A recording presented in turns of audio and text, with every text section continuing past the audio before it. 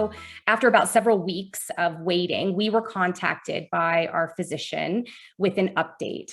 And ultimately, I was diagnosed with a condition rendering my egg quality severely degraded, such that the likelihood of conceiving a child with IVF using my eggs was highly improbable, not impossible, but very unlikely to produce a healthy pregnancy.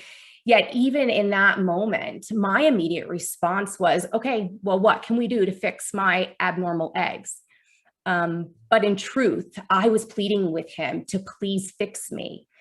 And he explained to us that once a cell's DNA is degraded, it can't be improved medically or healed.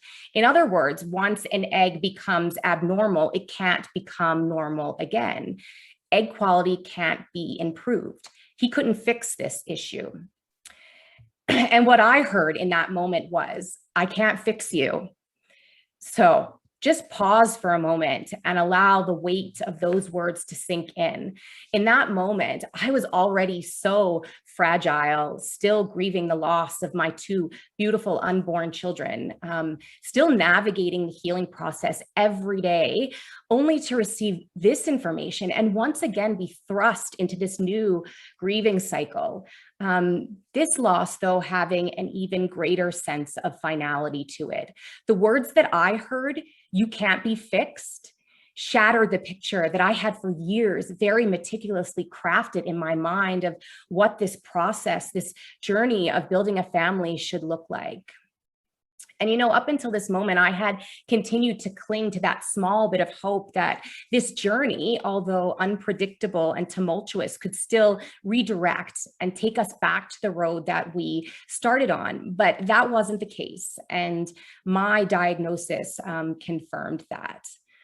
I mean, I spent days, literal days, in our guest room, sobbing, unable to get out of bed, unable to face my husband, who in my eyes, I had let down. I mean, he would never blame me for this, but I certainly blame myself for taking his joy and substituting it with my burden. And it took time. It took lots of time before the tears faded and I was able to process the weight of this diagnosis. But through that process, I began reprioritizing and reassessing what was important to me. And then it became so clear, something that I had intrinsically known all along. And that is that families can be created in many ways.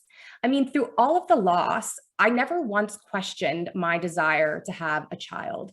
Certainly, I questioned why it was so difficult for me, but never once questioned my longing to be a parent. And ultimately, I realized that I needed to reframe what I thought my family would look like and learn to embrace and love my journey in order to fully move forward. And today I'm so thankful for that edit to my story, because without it, I wouldn't have the beautiful family that I have today.